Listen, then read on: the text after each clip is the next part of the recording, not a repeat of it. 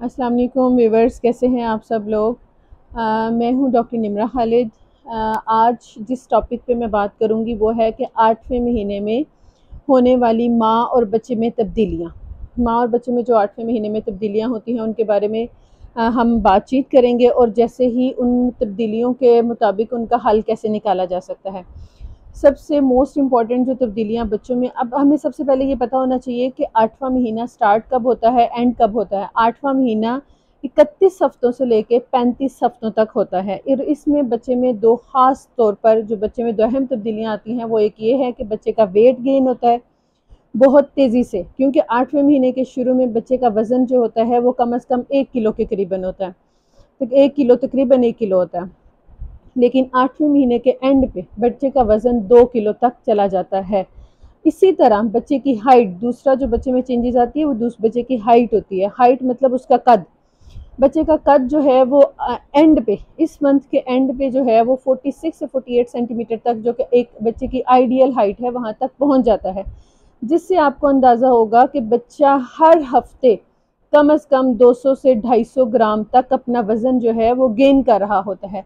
इससे हमें ये समझ जाना चाहिए कि बच्चे की बहुत रैपिड ग्रोथ, तेज़ ग्रोथ हो रही है 8वें महीने में। अब जिस तरह बच्चे की ग्रोथ तेज़ी से होती है, इसी तरह माँ का वज़न भी तेज़ी से बढ़ता है, और जिसकी वजह से माँ के जिस्म में भी कुछ तब्दीलियाँ आती हैं, जिसमें ख़ास तौर पर जो तब्दीली माँओं में देखी गई है, जिसमें मेरे पास जब पेशेंट आते हैं एंड पे तो वो ये कहते हैं कि डॉक्टर साहबा अब बहुत ज़्यादा जो है वो मैदे में जलन बहुत ज़्यादा होती है, मुंह में खट्टे डकार आते हैं, खट्टा पानी आता है। वो इस वजह से होता है कि जब बच्चा इतनी तेज़ी से ग्रोथ, जैसे कि मैंने पहले एक्सप्लेन किया कि बच्चा इतनी तेज़ी से ग्रोथ करता है, जब बच्चा इतनी तेज़ी से ग्रोथ करता है जिसकी वजह से हमारे मैदे में, हमारे पेट में जगह कम हो जाती है मैदे के फैलाव के लिए। इसलिए ज़रूरी है कि हम थोड़ा थोड़ा खाना खाएं। जो हमने एक वक्त में खाना खाना है उसको 2 पोर्शंस में करके खाएं। जब हम एक साथ खाना खाते हैं वो हमारे पेट में ज़्यादा देर तक रहता है, जिसकी वजह से ज़्यादा एसिड जो कि खाने को हजम करता है वो सिक्रीट होता है, और वो फिर हमारे मुंह की तरफ आता है, जिसकी वजह से हमें बहुत ज़्यादा जलन होती है। इसके लिए आमतौर पर एंटासिड सिरप मार्केट में बहुत ज़्यादा मौजूद हैं, वो इस्तेमाल किए जा सकते हैं, उनका कोई नुकसान नहीं। इसके अलावा जो ख़ास तौर पर है वो रात को इस तोहमलंगा जो है वो भिगो दें, 1 चम्मच पानी में भिगो दें, और सुबह उसको जो है वो इस्तेमाल करें दूध में डाल के किसी भी तरह, तो ये हार्ट बर्न का इशू जो है वो बहुत कम हो जाएगा। दूसरा जो मेन और अहम पॉइंट ये है कि औरतों को ख़ास तौर पर 8वें 9वें महीने में घुटन का एहसास बहुत ज़्यादा होता है। ऐसे लगता है कि जैसे उनकी सांस नहीं आ रही, घुट घुट के सांस ली जा रही है ना। उसकी भी वजह बच्चे का बढ़ता हुआ, तेज़ी से बढ़ता हुआ वज़न होता है, जिसकी वजह से बच्चे के माँ के पेट में इतनी जगह नहीं होती, और जो डायाफ्राम है उसको वज़न की वजह से, बच्चे की ग्रोथ की वजह से वो ऊपर की तरफ धकेला जाता है। जैसे जैसे डायाफ्राम ऊपर की तरफ धकेला जाता है वो मुसलसल एक कॉन्स्टेंटली जो है ना वो वज़न डालता है इंसान के, औरत के फेफड़ों के ऊपर। जब वो फेफड़ों के ऊपर वज़न डालता है तो वो पूरी तरह से फैल नहीं सकते, यानी कि जैसे वो एक लंबा भर के सांस लिया जाता है, इस तरह नहीं कर सकते। जब इस तरह नहीं किया जाता तो ये भी एक घुटन की वजह बनती है, और ये नॉर्मल है। 9वें महीने में ये घुटन का प्रॉब्लम जो है वो ख़ास तौर पर होता है। और तीसरा और अहम पॉइंट ये है, जो कि हर औरत में मैंने देखा है, कि हमें कमर में दर्द बहुत ज़्यादा होती है, जिसे कि बैक एक कहते हैं। उसकी भी जो ख़ास वजह वो यही है कि जब जैसे बच्चे का वज़न बहुत ज़्यादा बढ़ता है, माँ की टमी यानी कि माँ का पेट बहुत ज़्यादा बढ़ना शुरू हो जाता है। जब वो बहुत ज़्यादा बढ़ता है तो उसका सारा वज़न आपकी कमर पर होता है, आपकी बैक कमर पर होता है और उसके मसल्स पर होता है, जिसकी वजह से कमर के मसल्स पे तनाव बहुत ज़्यादा रहता है।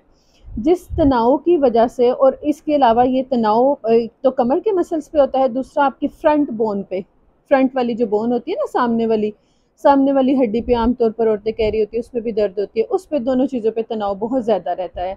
इसके लिए बहुत ज़्यादा ज़रूरी है कि आप लोग जो हैं वो हॉट वाटर बॉटल जो है वो उसका जो है वो करें, टुकोर करें उससे। और इसके अलावा जो है आप किसी भी लोकल एप्लीकेशन जैसे वोल्ट्रॉल जेल, मूवन वगैरह, इनका इस्तेमाल करें। लेकिन आपने इसके लिए दर्द की दवाएं नहीं लेनी, क्योंकि 8वें महीने में अगर हम कोई भी दर्द की दवाई इस्तेमाल करते हैं तो वो बच्चे के दिल की बनावट पे असर करती है। इसके अलावा चीज़ देखी गई है कि कुछ औरतों में 8वें या 9वें महीने में माँ की छाती में से पानी या दूध आना शुरू हो जाता है। इसके लिए भी परेशान होने की ज़रूरत नहीं है। ये अल्लाह पाक की तरफ से एक ख़ास निज़ाम है। माँ का जो बच्चे की ग़िज़ा के लिए छाती में दूध का बनने का अमल है, कुछ लोगों में टाइम से पहले ही वो निकलना शुरू हो जाता है, उसके लिए भी परेशान होने की ज़रूरत नहीं है।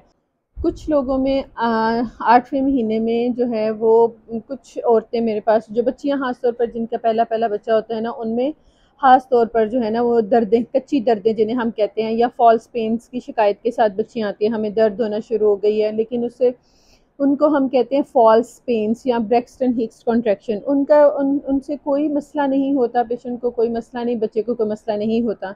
ये आम तौर पर बच्चियों को नॉर्मली ये दर्द होती है और इसकी वजह से सिर्फ उनका पेट कसा जाता है, यानी कि तनाव में रहता है।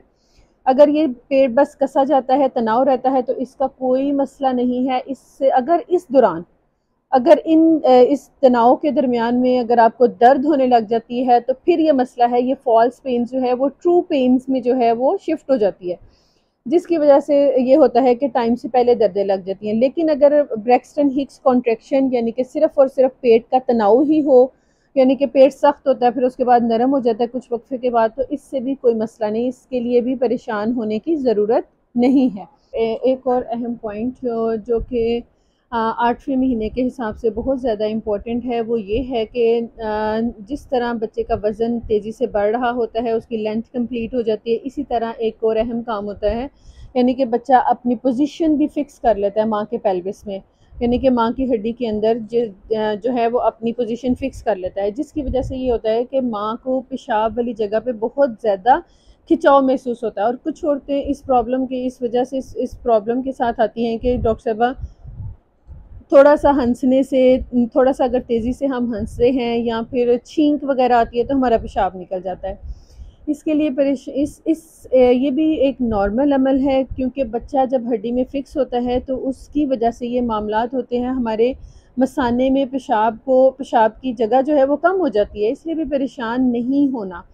दूसरा जो है एक और अहम पॉइंट, जब जैसे ही बच्चा फ़िक्स होता है ना, उसी तरह जब उसकी जैसे मैंने बताया था कि शुरू के महीनों में बहुत ज़्यादा मूवमेंट होती है, तो वो मूवमेंट कम हो जाती है, कम है नहीं होती, लेकिन जिस तरह आपको फ्लिपिंग मूवमेंट कभी इस तरफ जाता हुआ बच्चा महसूस होता है, उस तरह नहीं होगा। अब उसको अब आपको उसकी किक्स महसूस होंगी, क्योंकि उसका हेड तो माँ के पेल्विस में फ़िक्स हो गया। अब उसके कभी किसी जगह पे आपको उसका हाथ महसूस होगा, किसी जगह पे टांग महसूस होगी, तो आपने परेशान नहीं होना।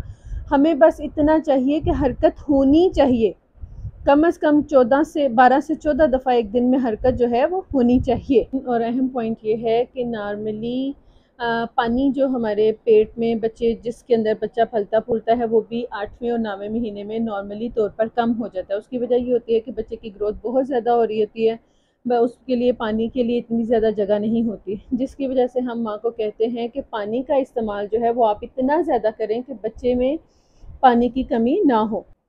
अच्छा व्यूवर्स, अगर आप लोगों को मेरी ये एफ़र्ट और वीडियो अगर आप लोगों को पसंद आती है, तो प्लीज़ काइंडली इसको सब्सक्राइब करें, लाइक करें, शेयर करें, ताकि ज़्यादा से ज़्यादा लोग देखें और इसका जो है वो फ़ायदा भी हो। अल्लाह का शुक्र है, मेरे पास जो पेशेंट्स आते हैं, कुछ पेशेंट्स मुझे बताते हैं, आज मेरे हस्बैंड ने बताया कि तुम ये वीडियो देखो।